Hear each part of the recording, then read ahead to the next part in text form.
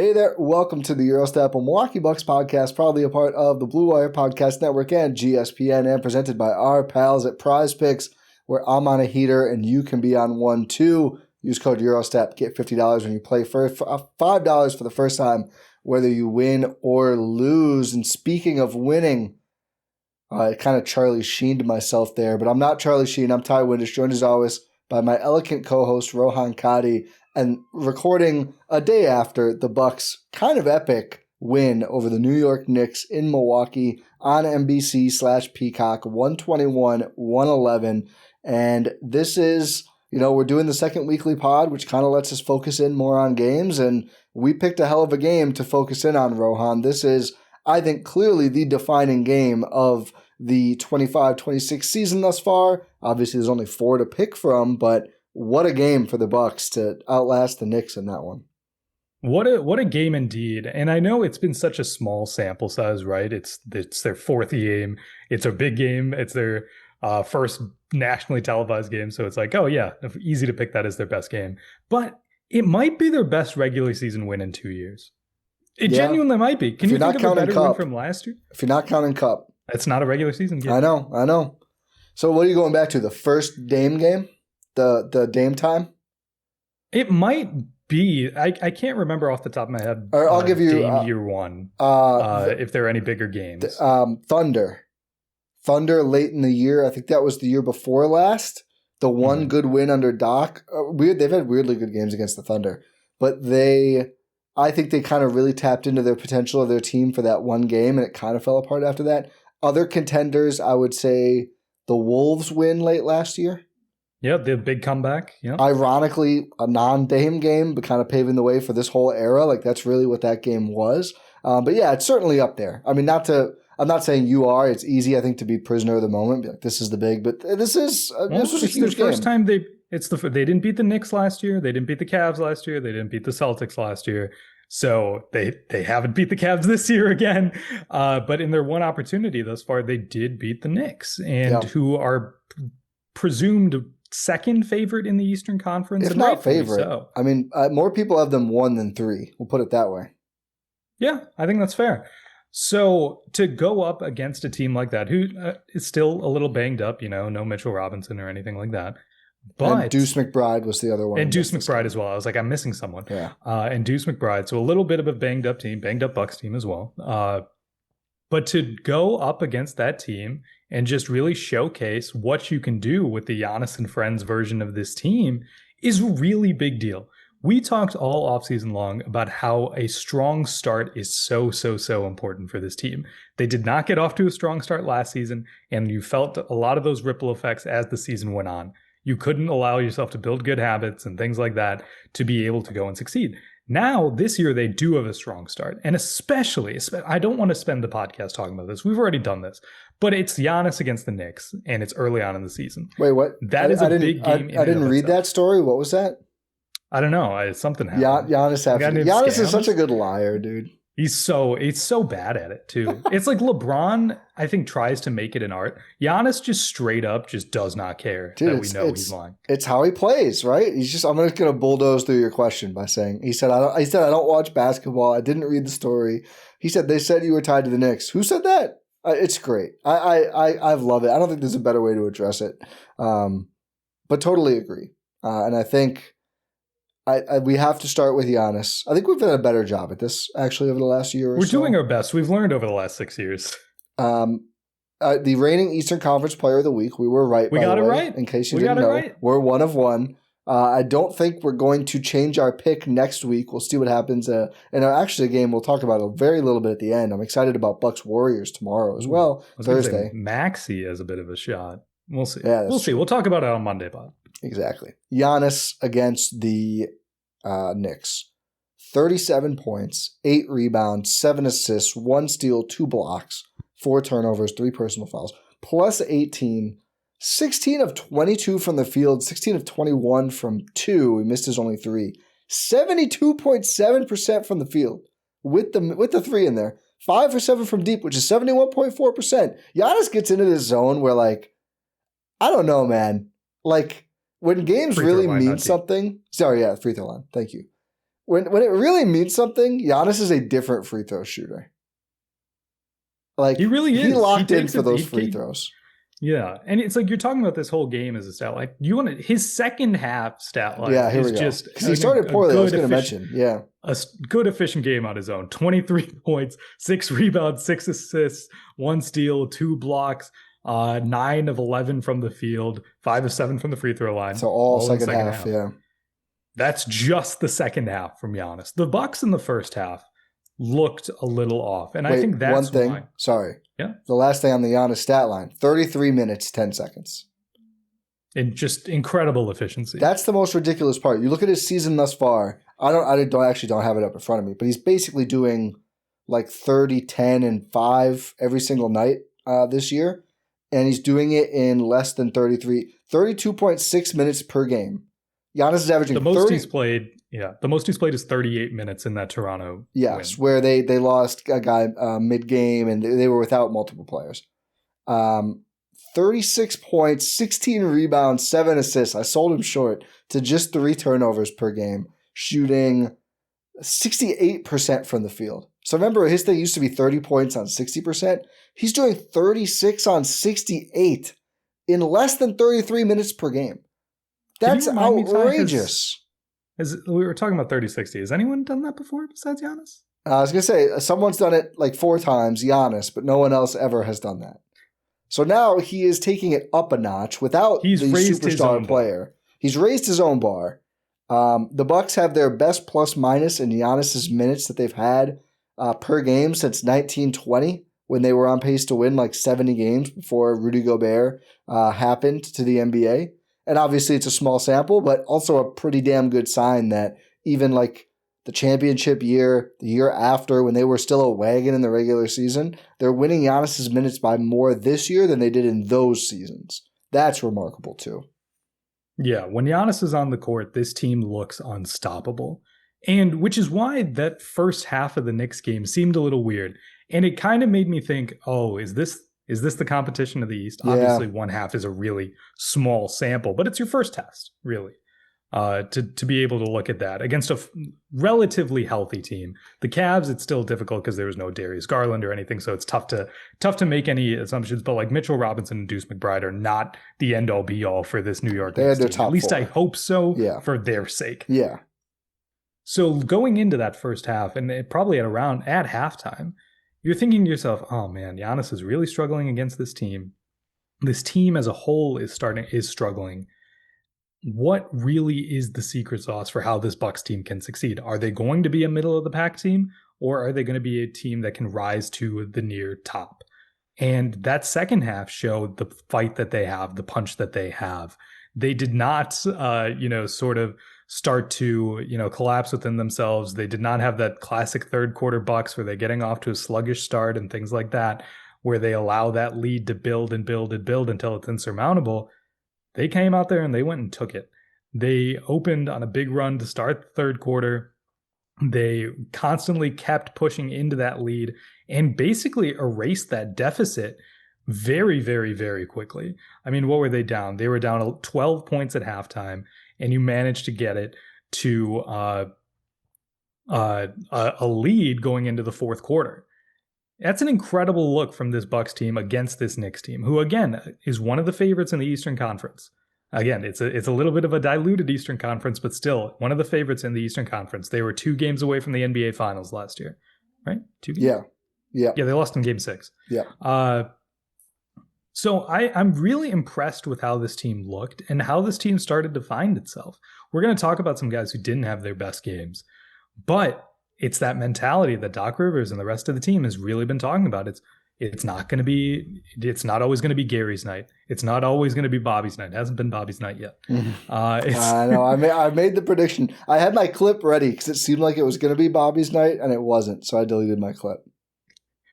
Maybe for the next game you can reuse it. I said specifically against Knicks, unfortunately. But no, I'm saying for the next Knicks game.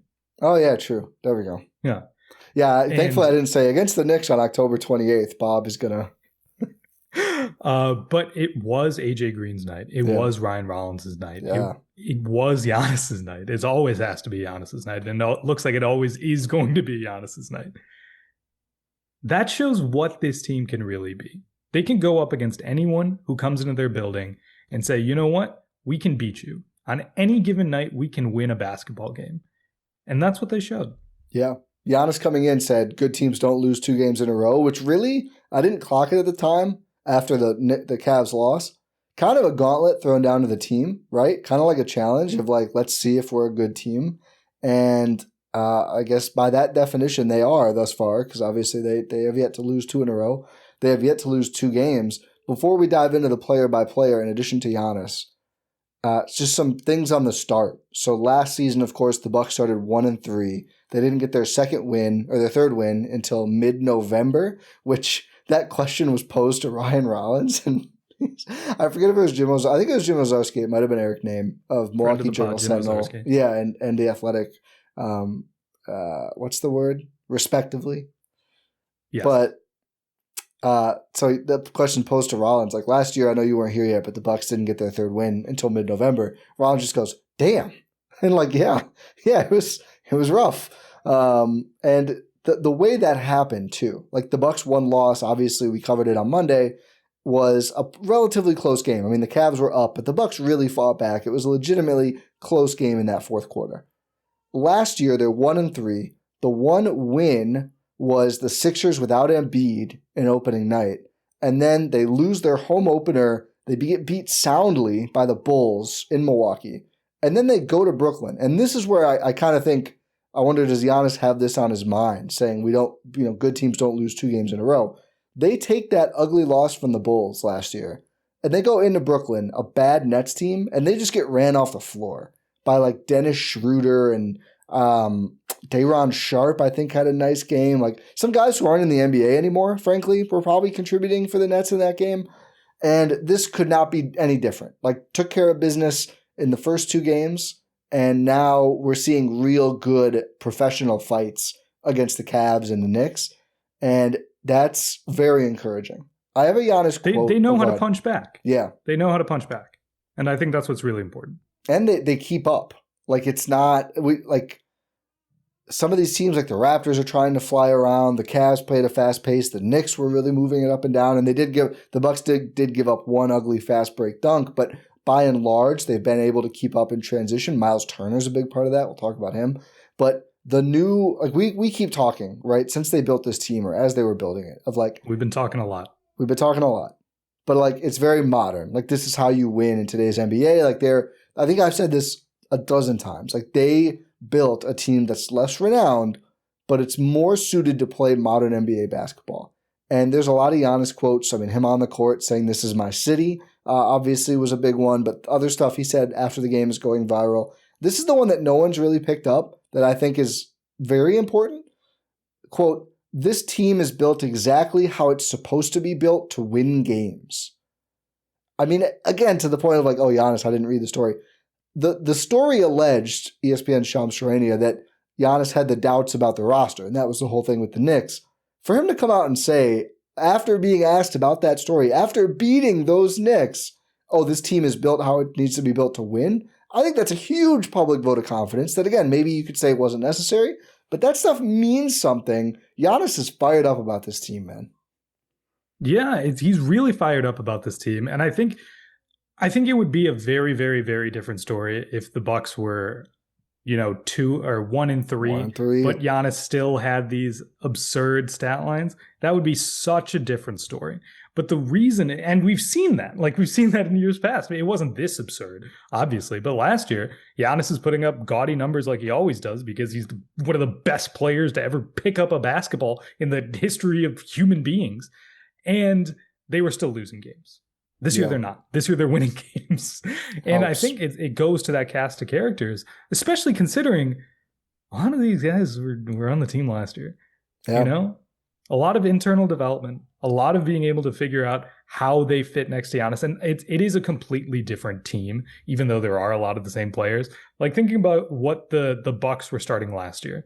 It was Damian Lillard, it was Gary Trent Jr., it was Giannis, it was Brook Lopez, and Chris was out. So who were they starting? Was it TP? Was it TP? It might have been TP. I think so. Because then he got moved to the 2. I think he ended up being starting almost the whole year. Because then Chris came back. Maybe Chris was actually there, but they moved him to the bench at one point as well, which was a big story. But that was when he was coming back. Yeah, but I thought it's a completely different set of characters, right? Yeah. Like the only two people who remain in that starting lineup are Giannis and Gary. And Gary lasted 8 games. Yeah, Gary didn't start most of the year. Yeah. So even though, you can say, oh, a lot of these players were there at the end of last season, they are playing completely different brand of basketball. And what that starts with, the addition of Myles Turner, who hasn't had a great offensive showing, but is showing a lot of promise defensively. And, the removal of Damian Lillard and the addition of Ryan Rollins into the starting lineup after KBJ has played, 10 minutes with this team this season? Yep, and he's already ruled out for Thursday. The injury report came out as we were talking Yeah, we earlier. made fun of Doc for saying it looked really bad. Apparently Turns out it probably was. Yeah. Sorry, Doc. It was really bad. They call him Doc. We should have known. That's true. Are we back to calling him Doc? Oh, yeah. It's not Mr. Rivers. Yeah. Okay. Oh, yeah. Okay. He can get demoted to Mr. Rivers later if he earns it. Yeah. But it's a lot of this team and their athleticism, their pace that go into that mold of, yes, this team is built to win basketball games. And I think that's really important. And we've seen a lot of that. What we thought would happen is actually happening. And that's just beautiful to see. And what we wanted to happen. I mean, remember, there were questions, and I'll cite W for me, which I was like, I'm going to actually believe Doc and what they're saying. But like the response to a lot of like, oh, we need to empower AJ Green was like, yeah, but you're still going to start Taurean Prince, or you're still going to start Kuzma. And from immediately in preseason through now, it's been the lineup we wanted to see, which was a point guard. We'll get into that conversation a little bit. Green, Trent, Giannis, Turner. And those lineups are succeeding. We've talked about some, struggles some individual players have had. But again, they're dominating Giannis minutes in a way they haven't since, the Bud years. Like, it's working by and large thus far. And the right players are playing, and the Bucks are leading into this style of like spacing, speed, athleticism, switching, everything else. And I'm not sure any one player embodies that more than Ryan Rollins, who was, outside of Giannis, who's kind of by default every time going to be MVP, it feels like, as long as he's active. He is, I'll be honest, we haven't talked about him that much. Like, I kind of slump-proof, it feels like, at this point. He had a bad first half against the Knicks, but just powers through. I will say, the scoring average at the end of the day. I know. It's like everyone complained he had a bad game in our Discord. And then I'm like, oh, he's got 25, 5, and 5 halfway through the third quarter. What a bad game. The secret key to that game, though, from Giannis, Cole Anthony in the second quarter, when Giannis was kind of bottled up by OG in the shell, Cole just gets in there, gets a couple feet in the paint, found him, I think, 3 possessions in a row with a bullet pocket pass that Giannis could then flush. And really after then, it was like Giannis was going. So I'm not saying Cole Anthony is like the only reason Giannis was successful, obviously, but I did say in the moment watching the game, like, they need to get Giannis moving a little bit. It's really hard to score against OG and help defenders. And once they got him rolling, they loosened up the defense. Then everything kind of cascaded from there with the Bucks shooters and everything. So shout out to Cole Anthony. But we got to talk about Rollins, right? I mean, oh my God. Team's second leading scorer? Yeah. It helps when you put up 25 and no one else besides Giannis has more than 11 in this game. Really balanced offensive game. Could have used a little bit more from a few guys, which we'll discuss, but can't ask for more than Rollins gave you. 8 of 11 shooting, 4 of 4 from deep, 5 of 5 from free throw, 2 rebounds, 4 assists, 4 steals to just 2 turnovers. 25 points, despite the bloody mouth. The bloody mouth. A lot of I think it's going to be tough to top a moment this season where Ryan Rollins is just like holding his mouth because it's bleeding, and then immediately catches a hot pass from the corner and drains it. Or a hot pass to the corner and drains it. Like, it's going to be tough to top that moment. Well, I think he's just like that. I think he hit a 3 after he dislocated his shoulder. Remember? Yeah, he did. Like in that Raptors game, I think he knocked down a 3 with an actively dislocated shoulder, which is also like, oh my God, I think he's needed kind surgery. of a psycho. He is. Well, and it's I hope he stops getting injured, but nice to see that clearly, like, getting the contract has not changed how this guy plays at all. Still an absolute dog defensively, leading the NBA in deflections. working for that next contract. He's got a player option at the end of year 3. Yeah, that's feeling like it's going to be extremely opted out of at this point. He might decline that right now. He might have his agent put in a call right now. I mean, 25, 4 assists, 4 steals, and the scoring efficiency, like, what an incredible game. Also, we haven't even mentioned, like, guarding Jalen Brunson full court on the other end. I mean, that's an insane contribution to have. And I don't know, I've seen the numbers. I can try to pull it up. Like a crazy difference in Brunson's efficiency and plus minus guarded by Rollins versus any other Buck. Nobody else could do it. Rollins was incredible on him. Yeah, it's been kind of a revelation to have. This is going to sound like a shot. I don't mean it as a shot. Just a point guard for this team who can have an efficient scoring night and also play good defense. It's true. The Bucks have been on either ends of those scales. They've had great offensive output, but, you know, left stuff to be desired on the defensive end with Damian Lillard. With Drew Holiday, not so great efficient scoring nights, but would play otherworldly defense. And sometimes it's like, you know, Ryan Rollins is not as good as either of those players. Like, just full stop in a vacuum. Like, he's just not. This season? Well, one of them's not playing, Ty. So let's be real. Okay. However, it goes to show how important fit is around a guy like Giannis, where you have a guy who can do a little bit of both very, very well. That's going to be a better fit around Giannis than some of these, you know, extreme options. Yeah. Drew's having a nice season. All right, I'll drop it. I'll save the agenda for now. I was like, he just had like 20. He had an absurd stat line last night, I think. Yeah, he's had a couple of good games in a row now. His threes are falling. He was 1 of 7 opening night. We'll see how that nets out in the aggregate. But he was a good shooter in Boston. But yeah, we don't even need to do the comparisons right now with Rollins. I mean, I think just appreciating what he's doing, and I guess the comparison that's going to be interesting is him versus Kevin Porter Jr., which was a conversation a lot of people jumped to. I think Rollins' first start this year was probably his worst, but the last 2 games, I'd say he's been a very effective starter. And I do think, and I think we've talked about this, I know other people have, you know, since the Bucks had both players, I think there is a pretty strong case to be made that Rollins is the much better fit with Giannis, and KPJ would probably be even more maximized playing some with Giannis because they do have that strong connection, but also being another bench player who's able to initiate the offense and kind of have him take turns with Cole Anthony. I'll tell you though, frankly, I don't even mind if KPJ starts again when he gets back. I do think it does suck to lose a job due to injury, and he was amazing in the first quarter, the first game, and we haven't seen him play since. So I won't be mad if KPJ starts again when he gets back. To me, I think it's important that whoever's playing better should earn more minutes as the game goes on. We've seen Doc do that with things like Taurean Prince closing over Gary Trent Jr. against the Cavs and Cole Anthony closing against the Raptors. So as long as that's still maintained, I don't have a problem. I think Rollins will end up closing a lot of games regardless. But all that said, he's made an obvious case that he could be the starting point guard of the Milwaukee Bucks and continues to, I feel like, get better and more comfortable offensively. Absolutely. Absolutely. Like, we're seeing a little bit of that with, you know, Cole Anthony and how he pairs with Giannis, and how that could really translate to, like, you know, some Kevin Porter Jr. overlap as well, with what you were talking about earlier about how you can, you know, sort of get that attack to the rim and, you know, spray out those passes and get Giannis moving off ball. I do, because I said in the before the season that I think Ryan Rollins is going to take this starting job. Yeah. I don't know if it's going to happen yet. I don't. I still think, you know, it's way too small of a sample.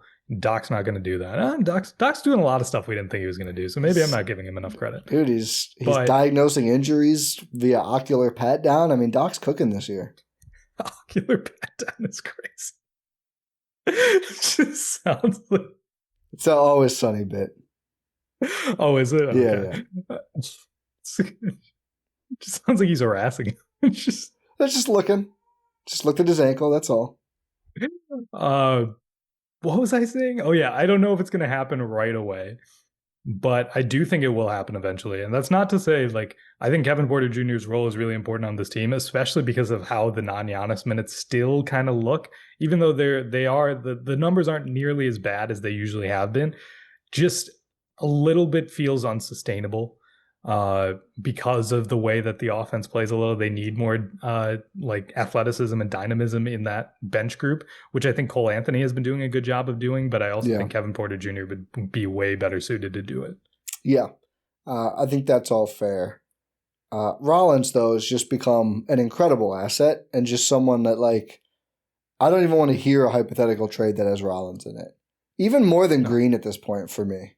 And I love AJ Green. We could talk about him next maybe, but Rollins is like we haven't even scratched the surface yet. No, he's still so young. I think it 23? was 23, and I think Bucks Breakdown had a good tweet about this where it's like Ryan Rollins has played fewer minutes in his career than Bud Carrington did all of his rookie year. Wow. Well, yeah, I believe it with the injuries with the Bucks and then and with the Warriors. He had injuries there too. So hopefully he can stay upright. They've been kind of freak things, though, largely, which usually portends well for going forward. The reason I would cling hard here, and what makes him just so valuable, we can ignore just the trade part of it, but just like valuable to the Bucks, is at the moment there doesn't seem to be anything he can't do. So you look at other players on the team, it's like he can't dribble, he can't shoot, he can't defend. Those are kind of like the big three. There's a lot of other sub-skill sets, but pass is another big one. Passing leaves a little to be desired. A little for a point guard. Bad turnovers. Yeah. 2. But yeah, his are usually lie ball. He's got to refine that.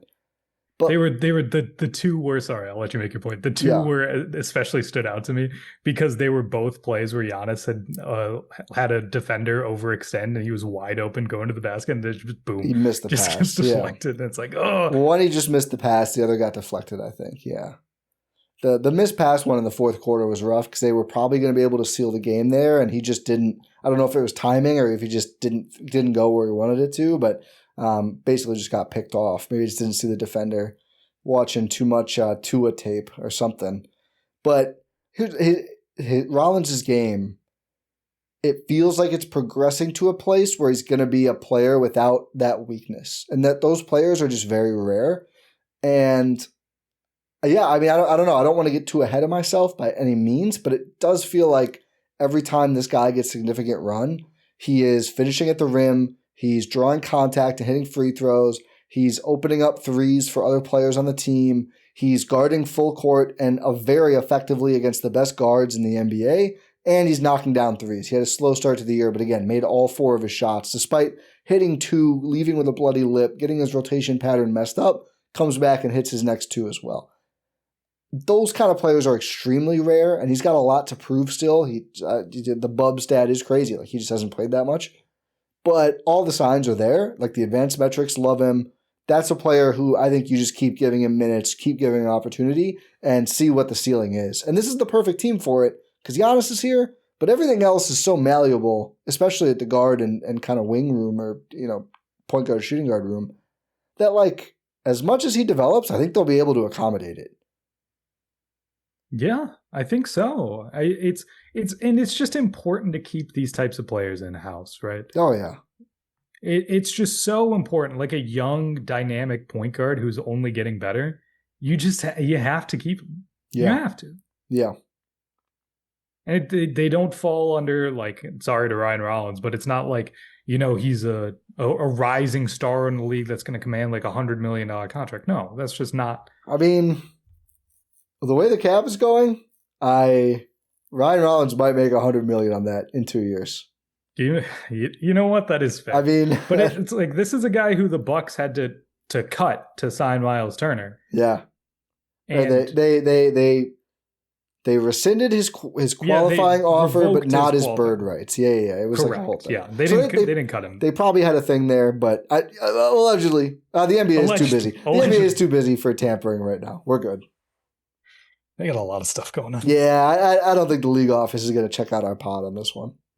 But this is a guy who, let's assume that there was no other side wheeling and dealing going on, who every other team had the opportunity to go out in court and sign, but they didn't. And there was reported interest, so maybe there was at least teams sniffing around Rollins. So yeah, thank God, because if he was doing this for another team, we'd all be sick to our stomachs right now. Like, and what would the Bucks be doing without Ryan Rollins? It'd be bad. Yeah. Mark Sears? Ajax. I mean, legitimately, those guys would be running point, or Amir Coffey. We got to burn through a lot of players. We took a lot of time on the first two, but deserving. I mean, again, Giannis 37, 8 and 7, Rollins 25, 4 and 4. Like, those are the kind of performances you talk about. Last thing on the first part. I have one more thing I want to say. Harris Stavrow tweeted this, and it's awesome. Giannis's final 6 minutes against the Knicks. Steal, dunk, layup, free throw, fade away, defensive rebound, assist, block, offensive rebound, free throw, missed free throw, defensive rebound, assist, dunk. From 101-103 trailing with 6:20 to go to winning 121-111. That was a professional-ass win. So here's how it went. The Bucks bench lineup both times late in the game to end the third and kind of early in the fourth. Seemed like they were going to really hold up and win the minutes, then ended up losing. Doc rode the bench like 2 possessions too long both times. So Giannis keeps coming in with like the game tied or the Bucks slightly trailing instead of ahead. And the last time in the fourth quarter, I was like, I'm worried those 2 possessions that he left him in too long are going to be the difference. The Bucks will end up barely losing this game. And when the starters got back in, those last 6:20, they just walked the Knicks down. Like, we're just going to go execute. We're going to run our stuff. We're going to space for Giannis. Our shooters are ready. Rollins is getting to the paint. Giannis is dominating. Giannis and Turner are just putting on a clinic around the rim. And they just beat up the Knicks, who like had their real players in. Like, the Bucks kind of bullied Tyler Kolek throughout this game, hilariously enough. But just such a professional, like, no, let's get serious and win this thing. And they imposed their will on a team with like 4 legit stars who a lot of people picked to win the East. Awesome. Yeah, absolutely. It's a team who, you know, knew how they were going to win and executed it perfectly and got the result they wanted. Yeah. They should keep doing that, in my opinion. Sounds like a good plan to me. Me too. Speaking of good plans, Prize Picks, the best plan, some might say. Been loving Prize Picks lately. I am now, Rohan, I've been probably texting you too much about it. You're probably sick of hearing about it. 4 for 4 on flex plays this year. And the great thing is I've missed 2 picks in my 4 plays total. But that's the great thing about a flex play is I threw down a 5 spot here, a big 5er, and still won $750 on Prize Picks, America's #1 daily fantasy sports platform, even though I missed on Myles Turner more than 21.5 PRA. I think we'll talk about Myles right after the break here, but I'm gonna keep backing Big Myles. I know that breakout game is coming. He only had 16 points, rebounds, and assists, but I've been sticking with AJ Green, just Mr. Consistent. Hasn't shot as much as I would like, so this was a little nervy, but more than 2.5 threes made. He ended up with 3. I think he had 0 in the first quarter. I think he made all 3 of them, like either second quarter, like second to early third, and then made 0 I think they were more. the third quarter. Yeah, it was like all like, hey, it was the third. It was right after halftime. All in very quick succession. So I was feeling real bad about that. And then Giannis, 51.5 points, rebounds, assists, ended with exactly 52. So that was a close one. And then you can't pick all the same team. You can stack up one player multiple times if you'd like, but you have to have more than one team represented. So I had to go with a Nick. Mikal Bridges, it was more than half of a free throw made. And I'm just like, the way the Bucks foul, like Mikal Bridges will get to the line. He ended up making 6 free throws. So that one I was probably done within 5 minutes. The other 4, I was like, oh, I have no chance. That's why I like going more than though, because you know, you can't lose in the first couple of minutes, but you can win in like the last couple of minutes when you go more than. So that was my Prize Picks win. I also had one against the Cavs, which I talked about last time, but really been enjoying going all flex plays, giving myself that extra cushion, even though it's not the biggest win. Feels great to just look down and see, oh, Bucks won and I won. That's the best combo you can ask for. So check out Prize Picks. They're our #1 daily fantasy sports partner, and they're our only daily fantasy sports partner, but they're #1 in our hearts regardless. And use code Eurostep, available in the description of wherever you're watching or listening. You put in $5, play your first lineup, just like me. Go for, again, I like the AJ Green, 3s or points. I'm going to keep saying Myles Turner will break out and score a bunch. Giannis is always a safe pick. And you get $50 when you play that first $5 lineup, whether you win or lose. Code Eurostep on the Prize Picks app. Prize Picks, it's good to be right. It is good. You want to talk Turner? Yeah, let's do it. Blitz through the rest of the guys here. I think Turner's one of the ones I have the most to say about. So needs a breakout offensive game. Really does. The shot is just not there. It hasn't been there this entire season. And I feel like he's almost not taking as many shots as he probably should. There were a few instances in the third quarter, early fourth quarter, I can't remember exactly, where he catches the ball sort of at the extended elbow, almost could step back and take a 3-pointer.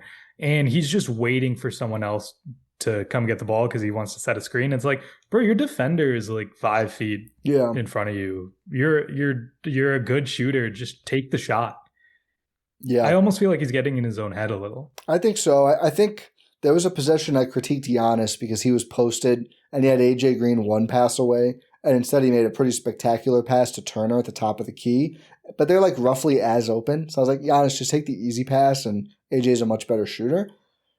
But then I was like, you know what? I think this is maybe long game from Giannis, like trying to get Myles Turner going. And I kind of like that idea of things. I'm not worried about this at all. I'm not saying you were, but just me, my perspective on it. It sucks, but we saw him hit some great threes in the preseason. And this is why I'm actually kind of excited about what we're going to see from Turner is they're plus 18 in his 30 minutes when he's 1 of 6 from the field. Because he still contributes 8 rebounds, 3 assists, 3 blocks, including some massive ones late in the game. Like, I think if he has a game dominating defensively. He's dominating.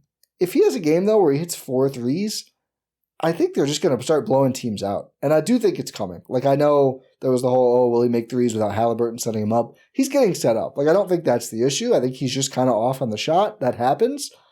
I am extremely excited. It could be against Golden State. I won't do the Bobby thing I did again last time, but whatever. He's going to have like a 3 of 6, 4 of 6 shooting game from 3, and I think the Bucks are going to absolutely roll in that game because they're rolling with his minutes without him hitting the shots.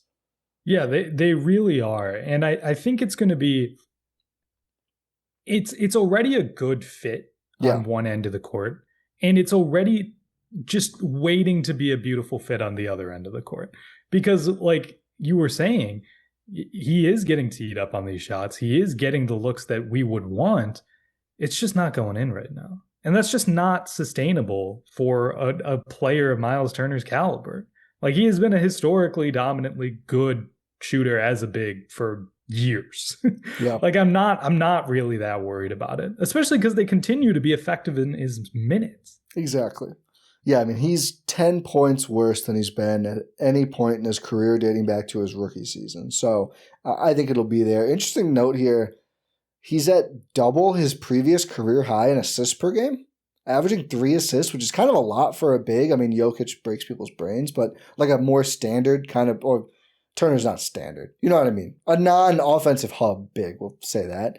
But he kind of has been an offensive hub. That's going to be interesting to track and see if that is that just like a first 4 games aberration? Does that go down when Kevin Porter Jr. comes back? Or, I mean, they do like running stuff through him and having him touch the ball. So kind of a new element of Turner's game being tapped into so far by the Bucks. And yeah, it's working. Like they're winning his minutes by quite a bit thus far.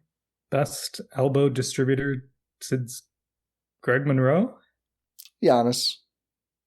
If you said non-Giannis, then yeah, probably. Yeah, also I didn't, but I should say yeah. I just had to. Someone else, it would have been in the comments if I didn't. So I had to. But yeah, no, I agree. And think I don't know. He's a better athlete than I think people give him credit for. Like, they're trying to use him in different ways, which I think is good. I'm glad they're not just like, all right, we got you to bomb threes and protect the rim. I think he can do a little more than that. And he's on a good team to tap into that. When he's out on the perimeter, it's so fun. That's what I wanted to mention. It's so fun. Yeah, you beat me to it. What was the on Cat? Was that no on OG? On OG. No, OG. That was. I mean, I hate that it sounds like we're like dissing Brooke and Dame on every pod, but the Bucks having a center that can pick up OG Anunoby at the 3-point arc, not let him get up a shot by defending him, stick with him on the drive, stick with him around the rim, and then I think blocked him, I believe, to end it or at least force the miss. That's just not something they've had. And I remember I called out the Chet Holmgren tape he had, like that one play in the finals. Like, he's able to do stuff like that with real – OG Anunoby's a real wing player. That's huge for Milwaukee, just what they can do. I mean, they switch Turner all over the place. They're not worried about it. That's exciting. No, they're not worried about it at all. There were a few possessions where I think he was Was it Shamit who was out there? Yeah. And they sort of got a switch. The Knicks did where it ended up with Myles Turner being on Landry Shamit, and someone was trying to come pull him out of it, and they're like, "Nah." He's like, "Nah, it's okay. I got it." Yeah. Like, He's they didn't legit even on end D. up going to it. The Knicks didn't, but it's like that confidence to be like, "No, it's fine. I can hang out here."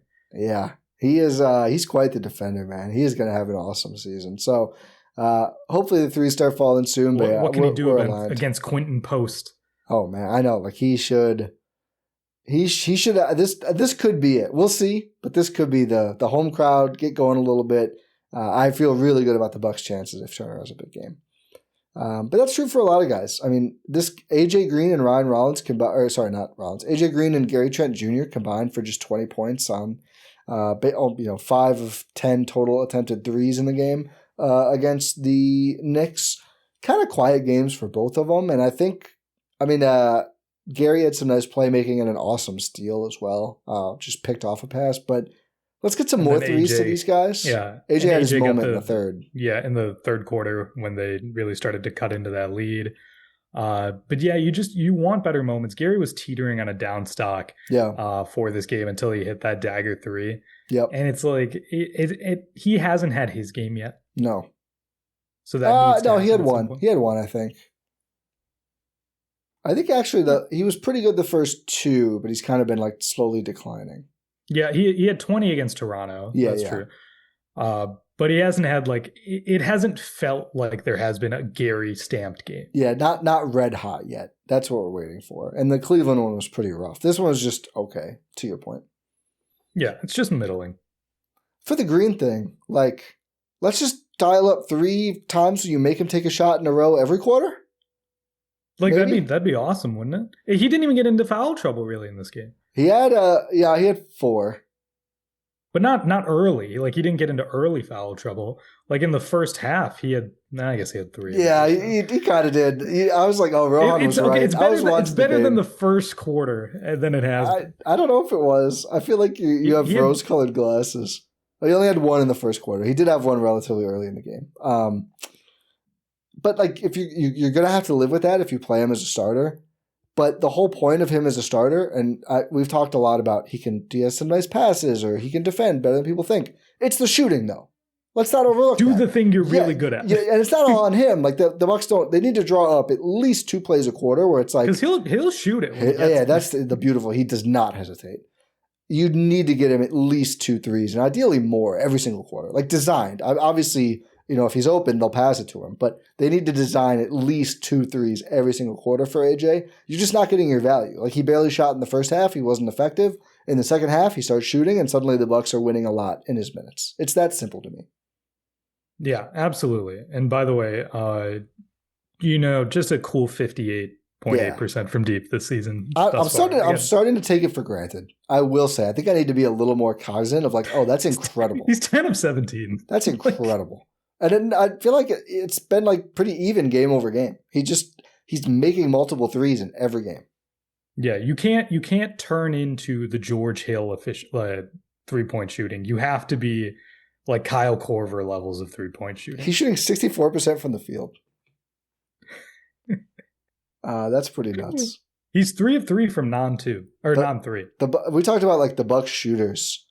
Prince 61.5%, Green 59%, Giannis 57%, Amir Coffey 50%, and then Trent and Rollins are both 35%. But this is with Bobby Portis. Coffey, serviceable minutes. Yeah. This is with Portis at 30%, Cole Anthony 27%, Myles Turner 22%. I think they're actually going to be a better shooting team, and they're at 39% from 3 thus far this season. So that's pretty encouraging. Yeah, I like the Coffey minutes quite a bit tonight. He flies around out there on defense.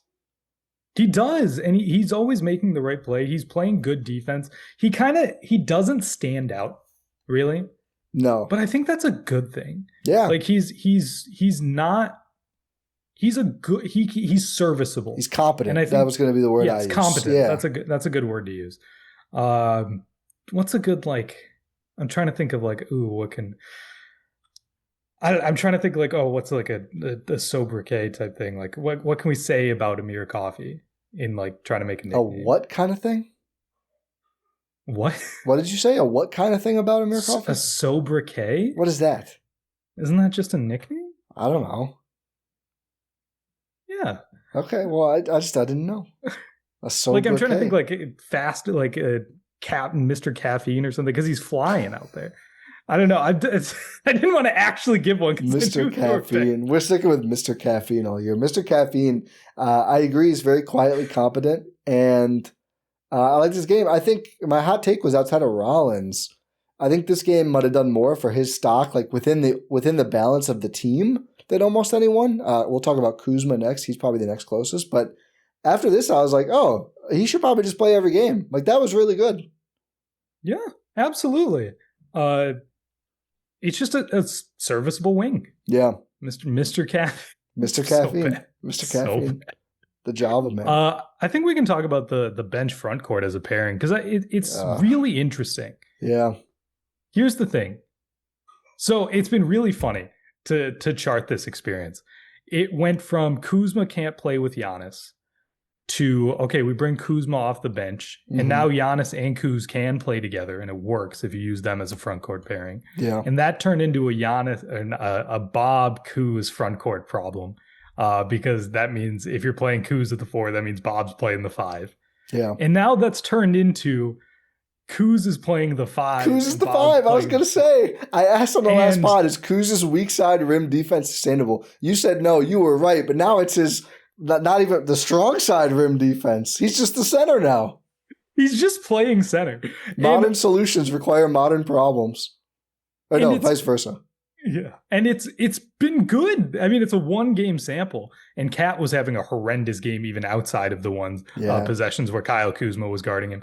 But there was a stretch of basketball. We're going to talk about one side of it in a positive light, one side of it in a negative light. Yeah. Where they were trading post-ups. It went from Bob post-up to Cat post-up, Bob post-up to Cat post-up. And you're like, oh my God, this is amazing. These Cat post-ups are going nowhere. Look at Kyle Kuzma, this revelation on defense. He remembered he's 6'10". He took what I said to heart. He's not going to be a worse player if he's smaller. He's going to play to his size. And then you just go to Bob post-ups that go nowhere. Yeah.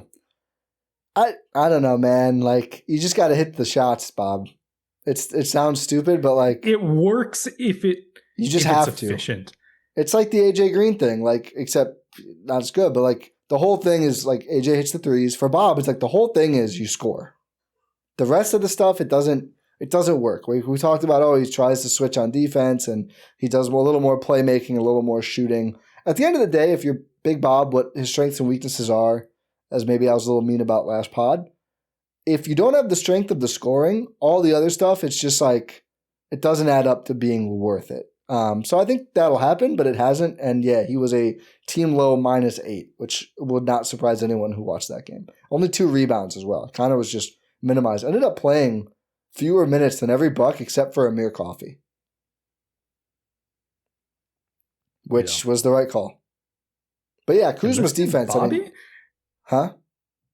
Bobby? No, oh yeah, you're right. Sorry, I was looking at the wrong thing. The box score is doing tricks on us tonight, or today. But the Kuzma piece, I mean, yeah, that was the best defense I've seen him play as a Buck. It was easily also the best since that Luka game last season. And the thing too is the Cat defense drew more because it was phenomenal. He guarded Brunson when he first checked in as well. So legitimately a guy who used to guard from 1 through 5. Didn't go great, but it wasn't terrible. He wasn't the worst Brunson defender they've had. But pretty impressive stuff from Kuzma on defense. He did miss his 2 shots offensively. 1, I think, wasn't bad. The 3 was terrible. But you know what? I'm just going to say that. I'm going to move on. I'm going to move on. I will give you the grace of 1 terrible shot for all that defense. It was really bad. It's the same deal with TP's Dream Shake. And TP's got a good ratio. Well, we can do TP right now at the same time. Got a good ratio of things that I go, why the hell is Taurean Prince trying this? To, another corner 3. Nice. Or like getting into the rim. Had a block in this game that was, he fell asleep defensively, so that's why the block was there. But he recovered. Okay, I won't criticize the first thing if you make up for it. Same with the Kuzma 3. But he also drew 6 free throws and hit 5 of them, which is pretty good from Kuz as well, and had an assist. So he was strong going to the basket. He caught the ball at the 3-point line. Someone tried to close out on him. This was just 1 free throw attempt that he drew, and he just immediately drives baseline and goes up. Like he went up trying to draw contact. It didn't even look like he was trying to score. He was like, no, I'm getting to the line here. And it's like, oh, okay, cool. So Well, I think was that Cat? Like I think he picked up a big foul or two on Cat, and the thing was without Robinson and they were and who else was? I thought they had another big out. Maybe I'm misremembering, but they don't have a lot of bigs. Oh, Yabusele was out too. Yabu. So if it with Cat in foul trouble, the Knicks really don't. It's just Huck Porty. You can't really play, frankly. So big development to get those fouls. So that was a smart play by him. He went right at Cat a couple times, and he was better than Cat 1-on-1, which is nuts. That was one of the worst games I've ever seen. Big purr, man. It was bad from Cat, but no, it's. I'm glad to see that they kind of switched it and had Kuz play the 5. It's a lot better for him. Yeah. In those bench units, and it alleviates the pressure on Bob on defense, and it's like, okay, now you really have to just go and score because there's no excuse. If he was 6 of 10 and like probably 2 more of those post ups, I think would be like really solid game from Big Bob because they put him. They put it. I think Doc did a good job putting him in a spot where it was like, all right, just do what you do well. Go stand next to OG or whatever. They weren't really able to pick on him as much defensively. Just go score, and it just has not been working out for him this season. I mean, he was 3 of 6 from 2, which isn't terrible, but only 1 of 4 from 3. So that's really it's funny. One more made shot, and suddenly he's 50-50 splits and has 12 points, which isn't great, but it's a little bit better. Yeah, it's passable, it's productive. Do we have anyone else we need to do you have I kind of just talked on TP. I don't know if you have other TP thoughts. Not really. He's doing good TP things. I think his energy out there looks really good. I feel like even some of the guys who were here last year, the ethos of the team, it just looks different. TP is maybe number one. TA on your team. It might be. Cole Anthony we only talked about a little bit as well. 9 assists. Yeah, I mean, awesome. I see people kind of split one way or the other with him. Yes, he was 2 of 7 from the field, missed all 4 of his threes. And he's not a great defender because he's tiny. But he had a block in this game. He usually has like a block or a steal. And his creation for others is really there. He can bend a defense, he has which a lot is of needed assists on this team. He really, he's able to get these passes out because he's drawing the defense in and collapsing them on drives. And it's awesome to have someone with such burst being able to create for others. And that's where it's like I sort of see him in that same mold as Kevin Porter Jr. on this team. Yeah. Even though KPJ is a better scorer. Worse passer, probably. Yes. Being able to, draw in your defense using your athleticism and do things to help yourself score, help the rest of your teammates score, and just overall be good for the team. I think they're going to be it's going to be fun seeing them when they're both healthy. Yeah. What is your Bucks comp for Cole Anthony? When's the last time we've seen a guy like this on the Bucks? Backup point guard who can go really organize you like this. Organize is George Hill. I think it's Hill, right? And they're different players, but I haven't really felt different like play that. styles. But yeah, but it's like I almost don't even like that comparison. Hill didn't get this many assists. No, he didn't, and he never really was able to control a team like this. No, he's much better defender, better shooter, like a better modern player. But in terms of I'm just going to come in and get 9 assists. Worst defender. Yeah, Anthony is. Yes. Yeah. I said Hill's better defender, better shooter, but doesn't do as much on ball by that point in his career. I don't know. It's been, I guess, Brogdon. I mean, kind of became a starter, but probably like rookie Brogdon. Like, oh, he can come in and get to the rim. It might be that. I mean, I think that's a good pull. Technically Rollins and KPJ came off the bench last year, but I don't know. Neither of them really sets up passes as much as Anthony does. He's averaging. No, I think Brogdon's a good one. 7 assists per game in 21 minutes, tied with Giannis for team lead. I mean, it's a good situation for him. Just like all the spacing and shooting, something he did not have in Orlando, and his playmaking is really looking good with that. Yeah, it's going to be really cool to see how he manages to cement himself in this Bucks team. This Bucks point guard room looks good, man. Yeah, I mean, I think we've been here for a while, right? Of the need isn't another point guard. The need is like a real small forward, and I think I'm still there. I mean, the need doesn't feel extremely pressing right now, but if you were making a wish list of what you want out of the Bucks, or what you'd want to add, it's the 3 a lot more than the 1. The 1 room feels strong. The 5 feels strong. Giannis is Giannis. So, and the 2s, they have good shooting guards as well. So 1 kind of big weakness, but they're making up for it in smart ways right now. 100%. Do we have anything else?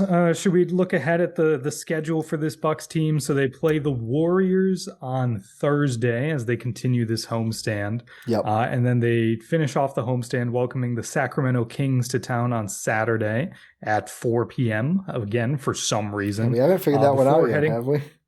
No. Oh, wait a minute. Before heading out on a 2-game road trip, their first back-to-back of the season. The Indiana Pacers, and then again on the road against the Toronto Raptors next Monday and Tuesday. That'll be a good test, but we'll be able to preview those games on our Monday pod. If you haven't figured it out yet, we're doing 2 pods a week now, which is really, really cool. We'll have a Monday morning recording, which will be out later on Monday, and then sometime later in the week, depending on how the games go, and also our schedules. I might have figured it out. Is that a World Series dodge? The 4 p.m. I don't know. That's kind of weird that they would factor that in, but the World Series does play Saturday at 7, so the Bucks game will be over by then. But this was real. It was the World Series schedule finalized. Like, is that like the NBA Finals? Yeah, I don't. That's a good question. I couldn't answer it for you, but yeah, I don't even know. And again, like, would they really factor the World Series for someone? If someone knows, please let us know because we're I wonder, is it? We thought it was the Europe angle, but it's not really. I mean, I guess it's less late. Like, if you want to watch, it's still not good enough. But yeah, Sabonis v. Giannis. Yeah, I don't know. That's odd. It's not even a national game, is it? Nope. So it's probably not the European angle then, because usually those are on like ABC or ESPN or something. I don't know. Whatever. We have not figured out. If someone knows, please let us know. Yeah, the mystery of Bucks Kings. Is it a Fiserv thing? Yeah, I was going to say the Fiserv. But no, it would have to just be a different day. You would do it at 4 right? p.m. Yeah, there's still not time. Because that doesn't give enough time. You end at like 7. Yeah, and I mean, not everyone's not going to be out of the building until, what, like 9? Like, I don't know. Let us know, please.